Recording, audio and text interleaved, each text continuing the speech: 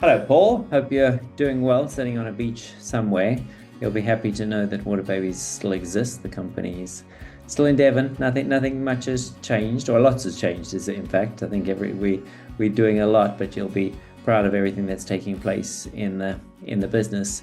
Everyone misses you in the company, and it's clear that it's taken a big adjustment for us to for the business, for you not to be in the business on a daily basis.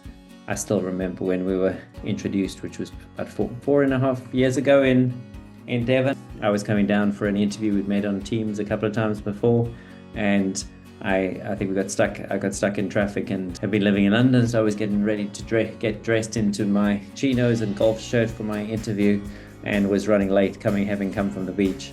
And it was in my short and t-shirt, and I thought, gee, this is not going to set a great impression. And remember, the first time I met you said, that is so Water Babies, rocking up with no shoes and a t-shirt is absolutely perfect. So I fitted right into the business. The culture of the business is something we celebrate. As we're going into the US now, you can see the impact that has when people come to meet us and get to meet the team. So you definitely miss, but I'm sure you're having a not too stressed out right now and enjoying your time on a beach or planning your next entrepreneurial venture.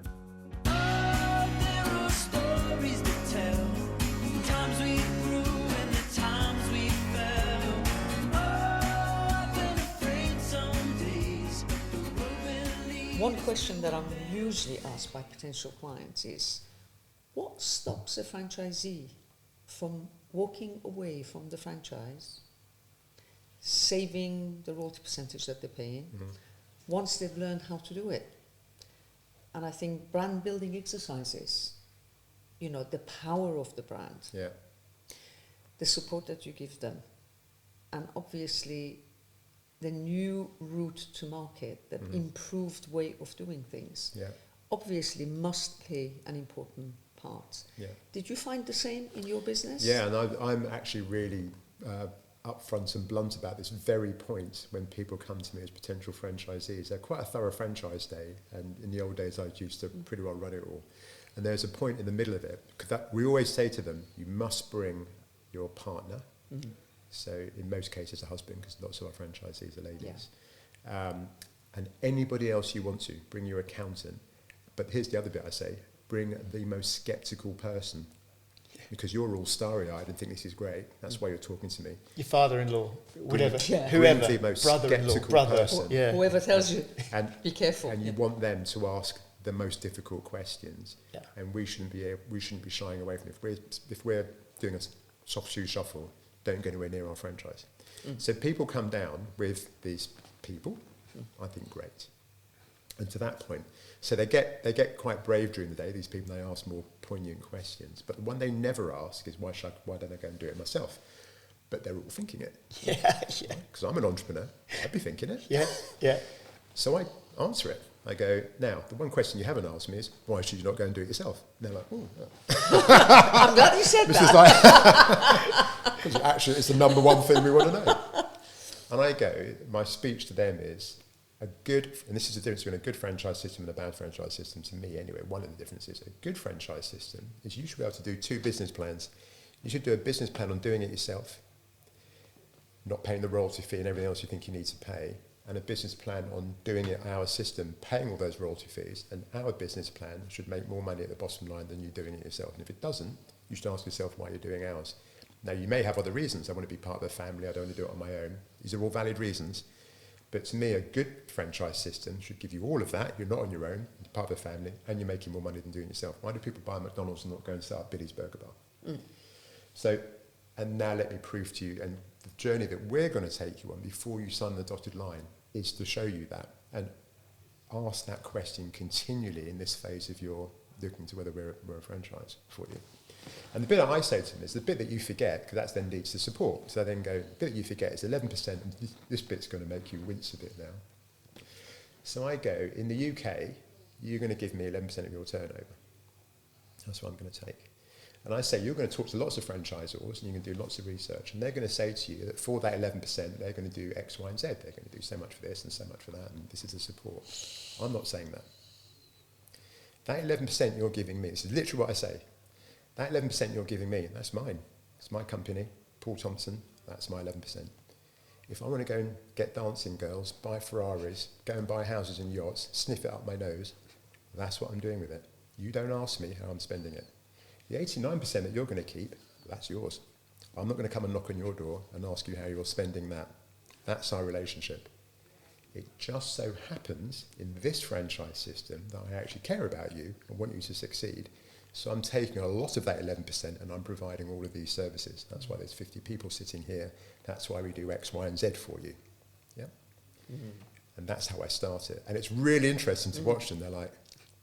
And I then go on to say, there's one conversation you can never have with Paul Thompson in Water Babies, and that's to pick up the phone one day and go, this 11%, let's talk about it. Yeah.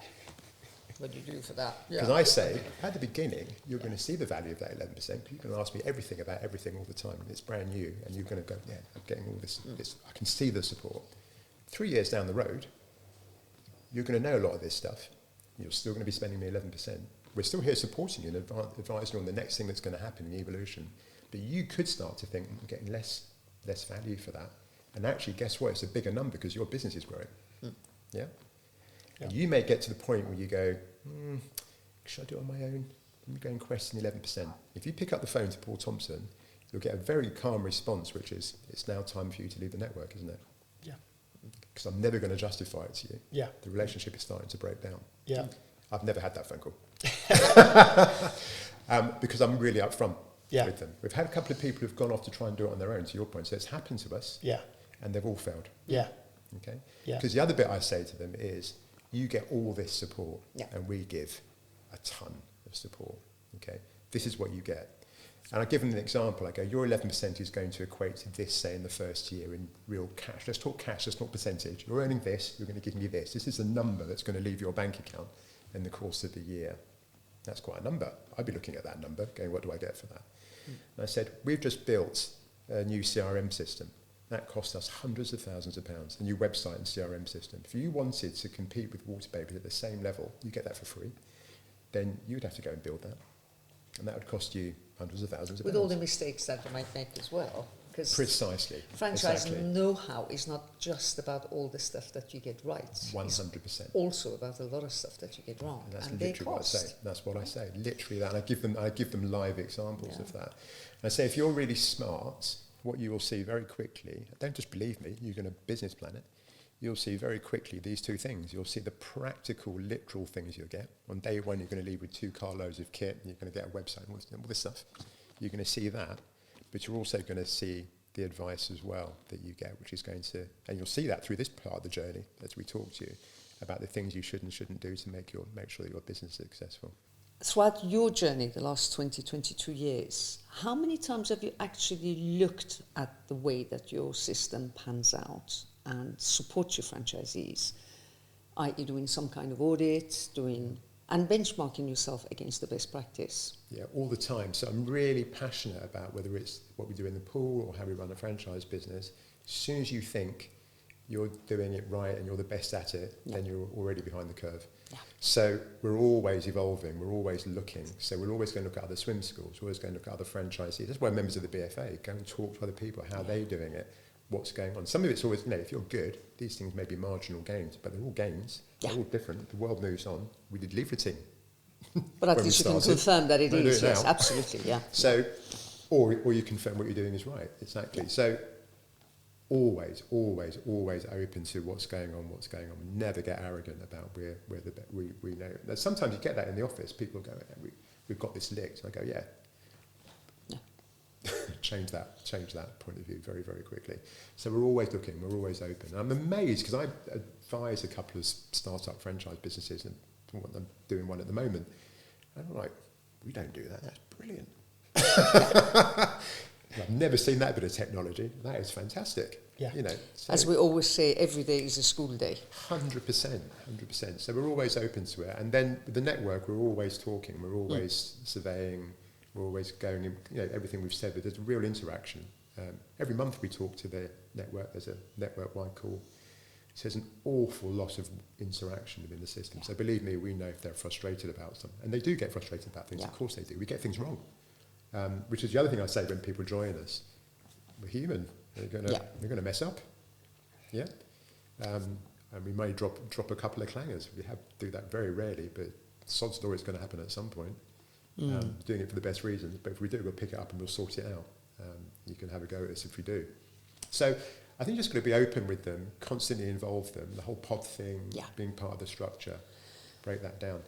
Don't get me wrong, it's not all gravy. We've had some difficult moments. We went through the moment where they set up their own WhatsApp group and everyone went on that.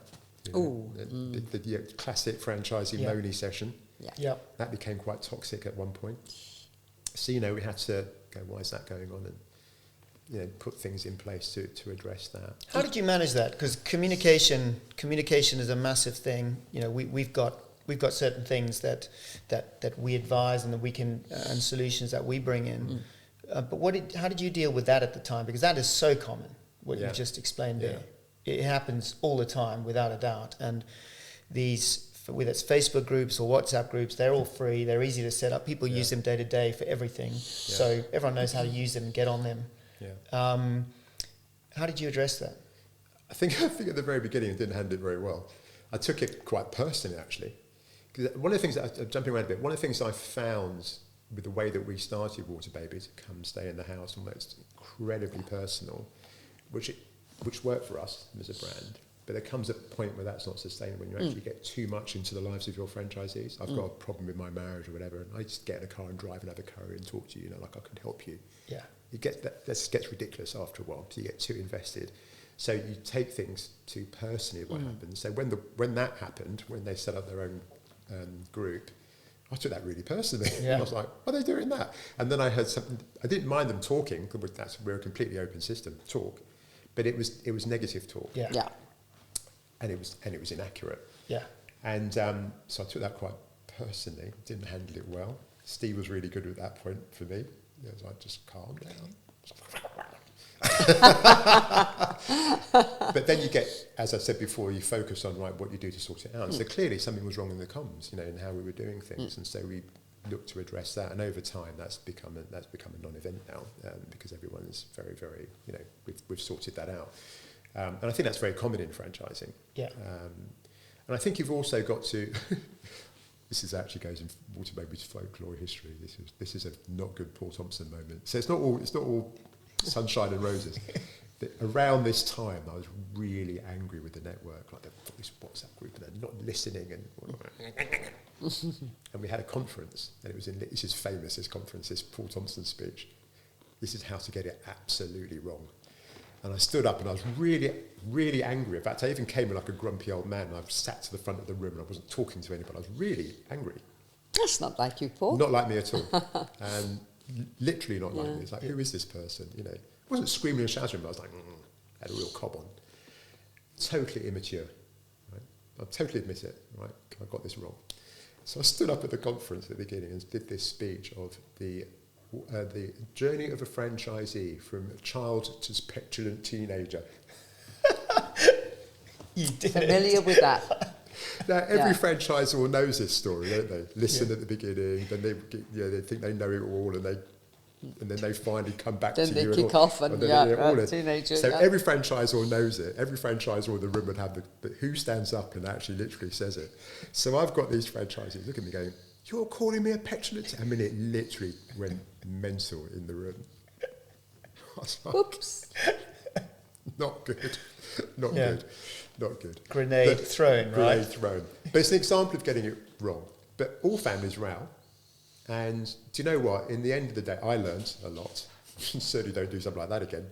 I learned that.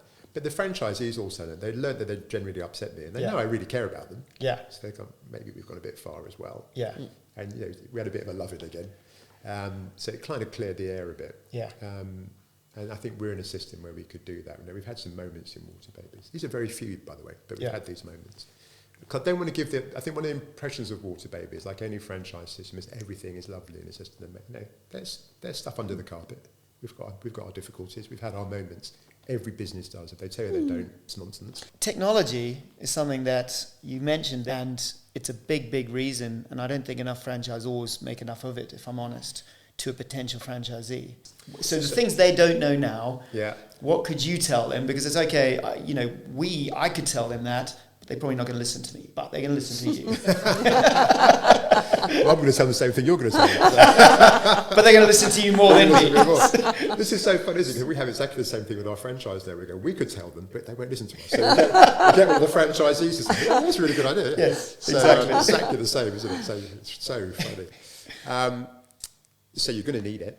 And the world is easier now, I think it was when we were starting to introduce technology. There's so many standard off-the-shelf products now.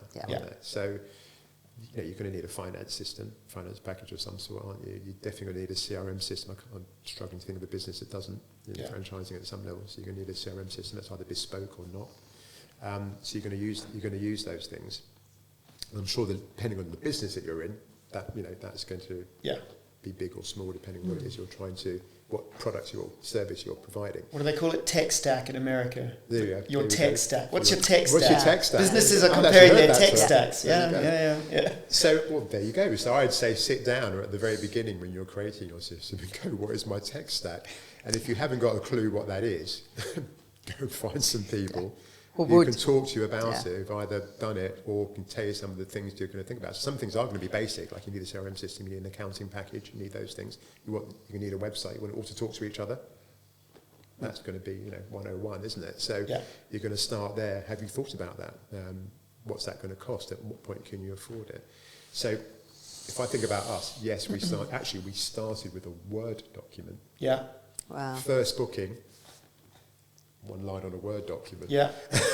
Still a system. Still a system. Absolutely. It was on a computer. It wasn't handwritten, so we got advanced. And then that went to a spreadsheet. And then the CRM system came in. I think we developed the first one, it's quite a long time in, 2005, Was it called 6. Naomi? It was called Nemo. It was called Nemo. Yeah. And Rob, who was our designer, also had a tech arm to his, and he did it. Actually, that goes back to having good people say your bit. So I'm always open, actually quite excited by tech. So how can you make things simpler? Yeah. Useless at it. But excited by it. And Rob was always good at it. He had a business that also did that, and because he built our website and so forth. So he would talk to me a lot. So I was always open. I'd walk into his office and go, "What's that? Why you got that?" And you go, "You should think about this." And so they built our CRM system for us, which was amazing. It was an amazing product. We did it. It was 9 months to build it from scratch, and it was one of the few IT products in the world that was built on time and within budget. And it worked. Amazing. At the point of release.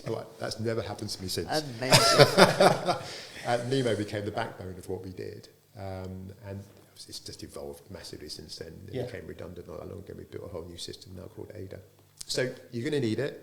And the sooner you can think about it, the better. And I'd say think about it as the outset, as a franchisor, which should be one of the things in your tick list to start getting in place, and invest in it as soon as you can. I always think of franchising, almost some businesses use it as an excuse to systemize their business. If the business is fully systemized already, then when a consultancy company like us come in and do a bit of an audit, and we're asking about what's your tech stack, or what does your marketing system and setup look like? What communication systems have you got in place? It's easy because you're just ticking, tick. Okay, all right. I actually learned this, funny enough, from McDonald's. Yeah. So as a teenager, like lots of teenagers, I worked in McDonald's. 5-star white badge. I was very good. And people used to give out about working at McDonald's. I mean, about it as a kid, I was absolutely fascinated because it was when I really learned about systems. Yeah. And when they train me, they literally tell me how to present the bag of food to the client. Turn it around, make sure the logo is literally 3 folds. Remember it. And face it to the client so they can see the brand. So this was going on all over the store. So I spent my whole time when I was working at McDonald's going, God, systems. You could just see how things were slick, and these machines were built to make this machine, which was hugely commercially successful. That was one of my early beginnings. Yeah. So absolutely, I got my business. I was always like, how do you make it better? And I wish I was more tech savvy because I would have done things faster, even better. But I had people around me. And it never ends. It's going on now because tech's moving so quickly. It's just beyond belief what it does now. I want to talk a bit about the BFA, the British Franchise Association, because you're the chair of the British Franchise Association, board, chair of the board. What is involved in that, and what your intentions are while you're in that role for the next couple of years? I think one more year. One more year. One more year. Yes, and just how you view the British Franchise Association or the BFA. I think our BFA journey actually is very typical of a startup franchise journey. So when we started, we hadn't heard of the BFA, and then we did hear of the BFA, and our first reaction was, what's that going to bring to us? Don't need to get involved in that. So we just concentrate on growing the business. And we were in that zone for quite a number of years. I went to go and speak to the BFA, obviously I went to go and see Bill, and I went down and saw it all, and thought, there's probably, maybe I should think about becoming a member, but can't see the value in it at the moment. I've got a consultant that I don't quite see the value in this. So I'm just being very honest, that was right in the early days. And then Pip came to see me. And ironically, because we lived on the south coast in Devon, and Pip lives on the south coast, so she came to see me. And Pip was kind of knocking on our door for quite a while. And she came and had a proper chat with us. I do remember that very vividly. And I was like, yeah, actually, you're right, we should join. And we were much bigger then. And we're like, yeah, we should. Again, that whole thing about don't be in your own bubble. I'm like, yeah, of course we should join that. And so why did we do that? My first instinct when we did it was nobody who'd become a Waterbabies franchisee had ever asked about the BFA. Yeah. That wasn't part of their journey to becoming, are you a member of the BFA? But one of the things I learned when Pip spoke to me was actually going back to, we're the best in everything we're doing, we're professional. Well, if you are professional and you are the best and you want to be the best in franchising, that's what you want to be regarded as one of the best professional franchisors, then you've got to be a member of the governing body and you've got to adhere to their standards. You've got to be able to show you do that. Even if nobody asks, you've got to be able to go, that's what we do, that's our standard, like it is with everything else. So that was one. That was like a bit of a slap for me. It's like, that's another one we need to do. So that was important. But then, of course, because my ears are open more and I'm looking, I'm like, actually, there's a lot of benefit here. And one of the first benefits we had was actually we then made every franchisee that was a prospective franchisee go to the BFA, and they used to do their days, the BFA day. Yeah. If you remember those back in the day. Yeah. We used to go along and used to meet the banks, and the BFA would talk about franchise. So we used to make that part of our journey. So you need to go and do a BFA day. So you learn about the industry, you hear about it from a third party, and you have to do that before you came to see us as a prerequisite to seeing us. Right. So you came armed with all the questions. I say you need to go there. Yeah. You're going to end up with 1,000 questions.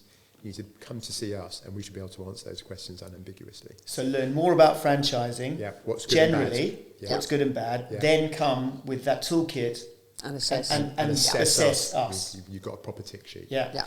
So we used to do that, and then that evolved into the online one, which I think I ended up doing a video for. So we make everybody do that, the franchise certificate. I have one final question, and that is, Paul Thompson obviously developed the brand, developed the system, grew it through franchising in the UK, successfully expanded into international markets. From my perspective, as your international franchise advisor, when do you think a brand should consider international growth through franchising? Well, that's easy, when Pharaoh tells you.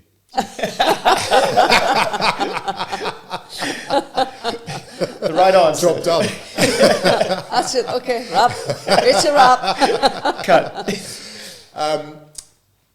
So I can answer this one because people ask me this one all the time. And when people ask me about international, which is a very common question I get asked when people ring up for advice, my very first response to them is, have you conquered your home market yet?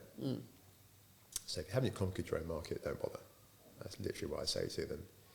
And I then quickly preface it about you're an entrepreneur and you're still going to want to try and bother, aren't you? But that's my advice, don't bother. And then I try and qualify that. And I'm saying it's exciting going abroad, so I'm not saying never do it, but why are you doing it? And most people's answer is to grow the business so it's more profitable. Okay, well, think about that, I then say, and go, well, you're going to expand if you do it properly, or even worse, if you don't do it properly, you're going to expend a lot of time, effort, and money to go to that country over there because you think it's exciting, you're going to expand your business. You're going to do that, And it's a slow burn, it's not a quick win. So you're going to invest, and it's going to take you a few years before you start seeing a proper return on that money, because you're going into a brand new market, learning all these things, blah, blah, blah, blah, blah. In your UK market, which you know like the back of your hand, you've still got 2/3 of it to go. You could go and open up another 3 franchises over there and earn 3 times the money. Yeah. And then, so when you do that, if you do more of that, you're going to have even more cash to be able to do this more successfully and easily in the future. So make sure that your business is solid in your home market, dominate your home market. Another thing I often say to people is, are you the number one in your home market? And you don't have to be number one, but where I'm going with that is, are you of significant size? You know, have you got the track? Are you still battling the competition? Or why are you distracting yourself over there? So make sure you're solid in your home market, is what I would say. Make sure you're financially robust, everything is working, you've got a good team, all of those things. There'll never be a perfect moment, but that's where you should be, further down that track. And then you can think about going abroad.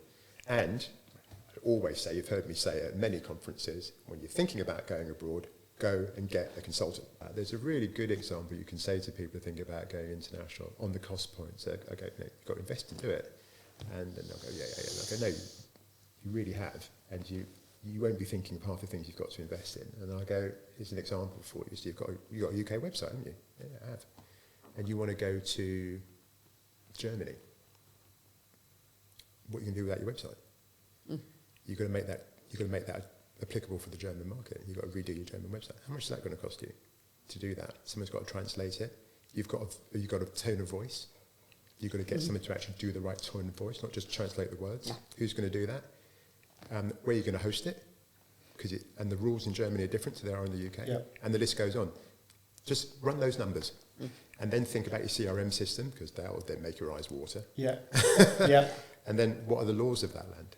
Yeah. So you need 2 lots of advisors, almost in a way, a country-based advisor, the country you're going to. So, I mean, and I always do say to people, go to Ireland first. Yeah. It depends on your brand. Yeah. But look there first. Yeah. You're still going to have to do a website and a CRM system, and you're still going to have to change things. Yeah. To this day, the way we run Water Babies in Ireland is still slightly different to us, and we have to adapt our systems.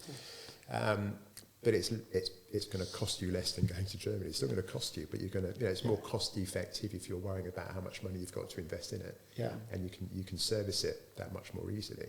I wanted to understand when you decided, when you had that thought, that exit plan formed. Was it long ago and you've been building up to it? Or has it been more recently over the last few years? That's the starting point. So it was long ago, and Farah touched on it. I was thinking about it roughly when I first met Farah, but it really crystallised when I bought out Jess. Yeah. It was around 2010, 11. Yeah. So Jess and I separated. There's no ups and downs. Amicable. Yeah. Now, but we separated, and I bought her out. But at that point, we were like, right, what are we doing here? And that's when we went, okay, we need to think about an exit strategy. But it was very embryonic. It wasn't a definitive, we want to do this in this period of time. It was very embryonic because we were still growing and we were having a good time. I'm saying having a good time. It was a difficult time, but we were enjoying, we were running a business. It was growing and there's lots of exciting things happening. So we thought about it then, and we thought about different options, because I remember saying to Steve at one point, who buys a baby swimming frame? How do you do that? I mean, I've never done that. But how'd you do that? They're sitting on the shelf, who are they? I don't know. Literally didn't have a clue. Entrepreneurs don't know anything. Everyone starts from something, starts from pretty well zero. We all have to learn. So we got loads of people in. Banks came to talk to us and so forth, and loads of people. So we started learning about this world, and that's when we learned about private equity and AIM listing and trade buyers. It's an education process that we started to go through. But we started looking and asking questions, and so that's when the journey started, 2010. And we pretty well decided we were going to go down the AIM route. Yeah. We were going to float on the junior stock market. And the reason for that was we had this thing about wanting to still be, we had some values, wanting to still be in control of the business up to a point. Be masters of our own destiny is what we really felt. More so for the team, because obviously when you exit as the owner, anyway, blah, blah, that was one of them. And you can't sell 100% out on AIM. It's like a gradual process. So wanted to be master of our own destiny. AIM did that, gave us access to capital, all the things that we learned about it. And we had the idea that we may want to give some shares to the network. So, it was a system that we thought this would work. So, but we nibbled away, and again, be professional, be the best you can be. We don't know anything about this market. Let's go and do a course. So we went to the London Stock Exchange. They ran a course which was a year-long course. You went one day a month, and you learnt about this whole world of selling your business, and not just AIM, but private equity. And met loads of people, wealth managers and private equity people and corporate finance people, this whole world ecosystem. We just immersed ourselves in it. So we did that. And then we went, right, okay, we're going to AIM list. And so we got one of our non-executive directors was somebody who had AIM listed. We got somebody in who had AIM listed. One of our non-executive directors was Jim French, who founded Flybe Airlines. Right. They AIM listed, and we brought another non-executive person in, who was the person that advised him on the AIM listing. Nice. So we really, ended up. This person also knew how to do private equity deals as well. So we kind of got the right people. Yeah. And then so we started working on that, started evolving that process. Now to AIM list, you've got to be of a certain size and certain profit, and we were way below that. So we know the minimum you can really see back in those days was probably a profit of an EBITDA of 2 million. Yeah. We were a long way from that. Yeah. So we thought, okay, we're going to AIM list. We need to do that. That's that's good to get that bit first. So let's grow the business to get it to that bit. And that is really small. Yeah. And so we were well and truly on that journey. And then, of course, we kind of got into COVID. So it was a long... and just before that, we did also get some private equity people, and we thought, let's give a go at this let's find out about private equity. Yeah. And then, God, we could sell you all day long. And we started a bit of that journey and then stopped it. And then focused on the AIM. So we're kind of always trying, toe in the water. Yeah. But where I'm trying to go with this is we hadn't fully put our foot to the pedal. Yeah. And then just before COVID, we changed our minds and went, no, we're going to private equity it. Because the world of AIM had really changed. It was much more difficult. People were coming out of the market. Brexit had happened, the nightmare that is. Sorry, don't people's politics, but it was a nightmare, still is. That just changed everything. Yeah. So we went, okay, more private equity. And so we got more into private. So we thought, okay, private equity has a bad reputation. They're just going to come in and pillage you and all this sort of stuff. So we went, but people went, no, there's different sorts of private. So we started learning more about private equity because they're open to it. So that took a long time to do that. Coming up to COVID, we're like, okay, we're going to absolutely private equity. I remember Steve and I walking down the road. We were absolutely going to private equity it. That's what we're going to do. We're going to start that process. And we actually hired corporate finance people to start that process. Right. And then COVID. Everything. Yeah. And what's emotional about this story again is COVID happened, everything we've spoken about. COVID finished. And I can remember standing outside my office with my senior team. There's 4 of them. Steve had passed away. We're all devastated. We're standing outside the office, a metre apart. And they looked at me completely without anything from me and said, Paul, we are going to stick with you. We've got your back. We want you to get this sale. We're going to be here to get this sale done. Never forget it. And when I did my goodbye a few weeks ago, I gave that speech. They were unbelievable. So at that point, from there, I was absolutely determined I was going to sell. So that was the real start. That was the final start. hurdle, if you like. Yeah, and that was COVID. We're in COVID. Right. So think about that. You're going, I want to sell this business. Yeah. Because I've now actually got a lot of people. Because I then invested them. I gave them. I set up share options a long time ago. I set up an EBT for my employee benefit trust for my team. 20% of that. And when Steve passed away, that went into his family, to Alison. So she had shares in the company. I gave shares to my senior team, gave shares to the new chief executive. So there's a lot of people suddenly we're going to do well. We're going to benefit out of this. I knew that my time was limited in terms of burnout. I knew I was going to throw my heart and soul into this next, build the company back again, and that would be me. That would be that's going to be my last hurrah. Yeah. It was either sell or just something else. But I wasn't going to go on for another 10 years. So that was like, I'm selling. So then you've got the layers. So number 1, build the business back, make sure it survives. So we've got something to sell. Yeah. So came out of COVID, we did that. Came out of COVID stronger than we went in. So our profit went up. We bought into America. That happened immediately post-COVID, which turned out to be the catalyst for the sale. And that literally pushed our profitability. It was incredibly profitable for us. So that added 25% to our bottom line. Wow. Profit-wise, it just looked like that. So we suddenly became a different organisation again. Yeah. There's kind of layers of private equity. So this is from like 2022, end of 21, comes 2020. We started the process last summer.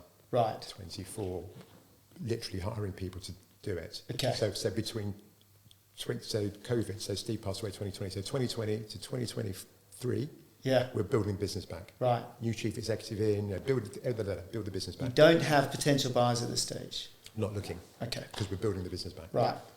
And then 2023, and I got Howard in, and that was his number one job, was to sell. He knew that when I hired him, that's what he was in to do. Right. Yeah. And he was the right person for that. That was his sweet spot as well. And 2023, I remember sitting outside our new offices. I remember looking at Howard, and he went, right, we need to go for it now. Because basically, Paul, you're becoming a pain in the arse. So I need to get out of this. You need to get you out of this. I was like, okay, for it. Because you get, I'm not going to lie, I was burnt out. Yeah. I'm full of energy. I'll keep on going. But you had an eye on the exit now.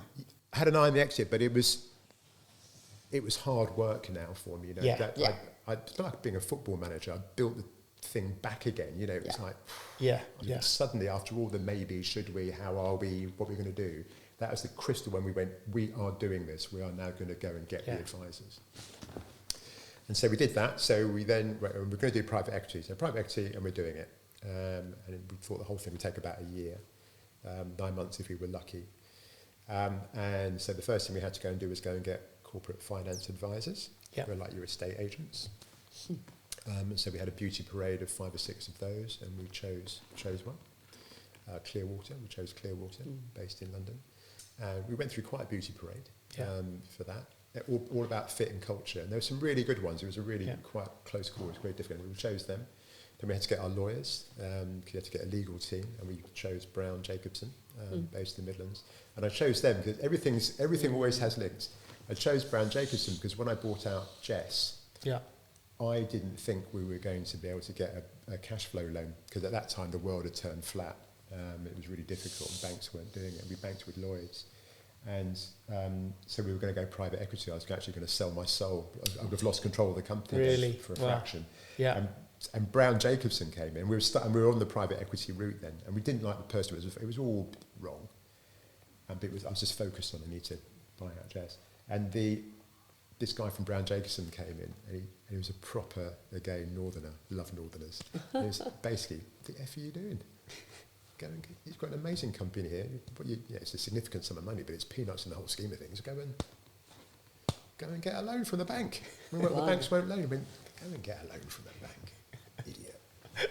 And just straight talking. Yeah. And he was really brought in by the guy who really wanted us to private equity, but he was again people who are really just genuine. How did you go about understanding the value of the business? Because that's a big question I get asked by franchisors is what is the value of the business? And I mean, that gets asked at every level, but it gets asked at the top level as well, like a franchise network, ex-franchisees, ex-network turnover. Yeah.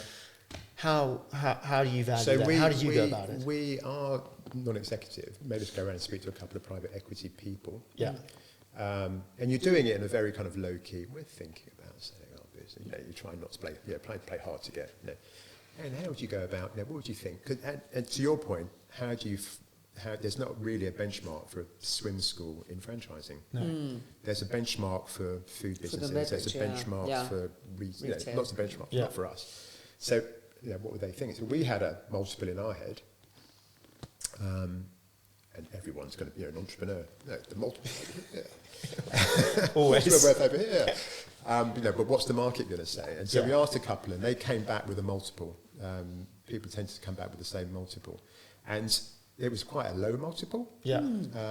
Now remember, they're thinking that one day they might offer for this business because when we went to go and speak to people, everyone was interested. We'd like to be involved in this conversation, so they're going to throw in a pitch.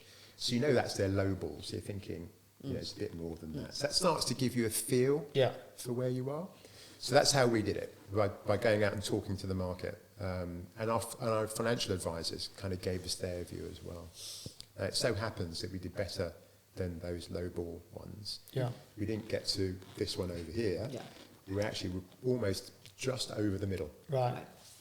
When you're going to sell and exit a business, how do you go about kind of letting the network know?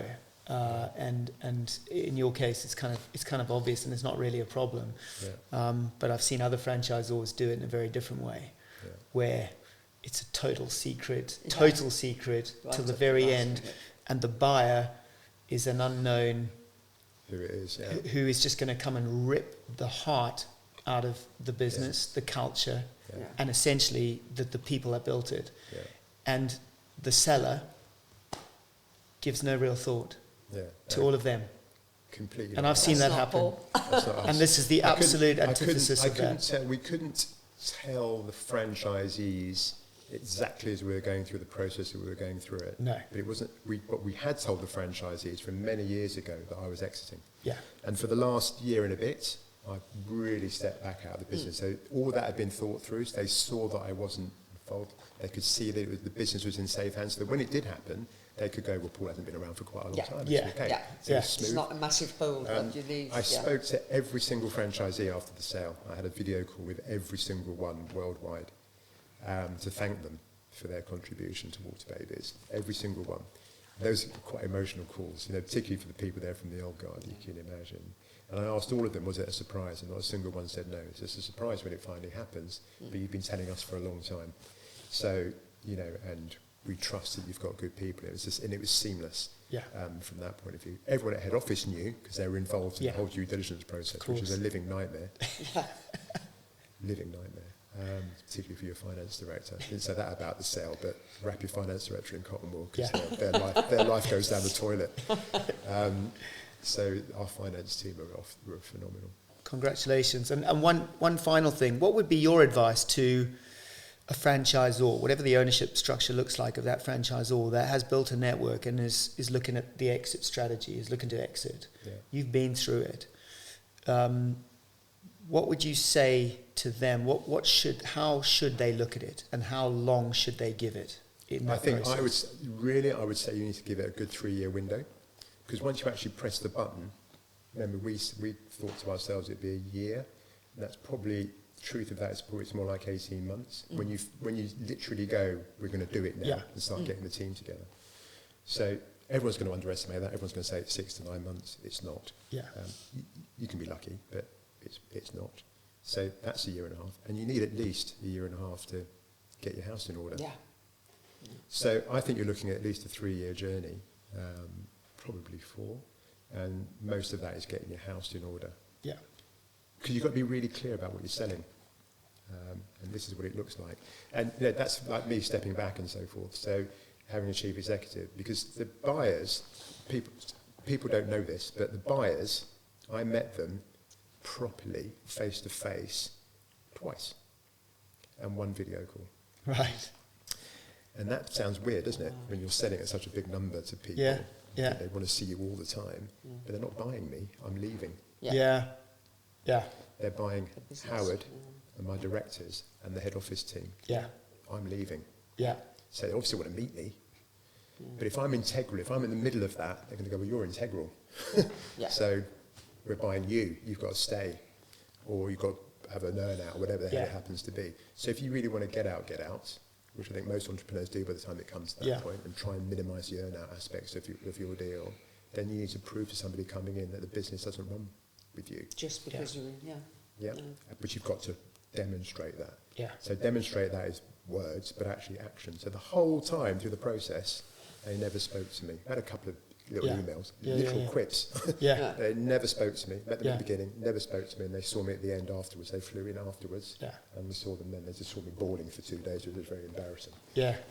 Yeah. And that was it. And now I'm a non-exec, and I had my longest time with them yesterday at my first non-executive meeting for 4 hours. That was my longest time working with them, because they buy the team. So the other advice to people selling is make yourself redundant. Yeah. So that when you go to market, you are, unless you want to stay, you are redundant. You can demonstrate a team. You're selling a business. You're not selling a person or yourself. honestly, it has been an absolute honour and a privilege to work with you. Oh, and ditto, Farah. And I honestly would say one of the most memorable time in my career was spending some time getting to know you, working with you, and yeah, what a guy. Oh, well, thank you. I personally, not so much on behalf of TFC, although I'm sure that Doug would, wish you so much happiness, luck, and thank you for allowing me and TFC to be involved in part of your journey. Really appreciate that. We owe you a lot, so thank you. Hi Paul, what an adventure we've had in the last 23 years. You and I met in a coffee shop in Harrogate, had a big old chat about this little swim school you just started up in Yorkshire called Water Babies. I was a swimming teacher at the time, and I was really interested in what you were doing because I just loved babies and toddlers and working with them. We had a good old chat. I waffled on about how much I loved swimming, and you decided you'd take a chance on me. And I'm so glad you did, because it's definitely worked out for me. I've had a wonderful time. It really has been a fabulous adventure. So in 2005, I then moved across to Norfolk with my family and set up Water Babies Norfolk. We grew, went from strength to strength, and we were supported by you throughout all of that. I'd gone from being a swimming teacher who knew absolutely nothing about business to then running my own successful business franchise of Water Babies, one of the early ones. And we're still here 20 years this year. We'll have been running Water Babies Norfolk, and I can't imagine myself doing anything different. There's been so many highlights over the years, the stuff we've done together. One of my personal highlights was us going to Canada and taking part in the World Aquatic Baby Conference. It was awesome just getting to meet other aquatic professionals, getting to chat about our programme, the way we do things, and finding out from other people how they do theirs. That was super fun. We had a great time. So too many stories to tell. So much fun has been had, and I'm just really grateful for all the opportunity and all the support you've given me, unwavering support. You've been the best mentor I could have asked for. So thank you so much, Paul, and good luck with everything you do herein.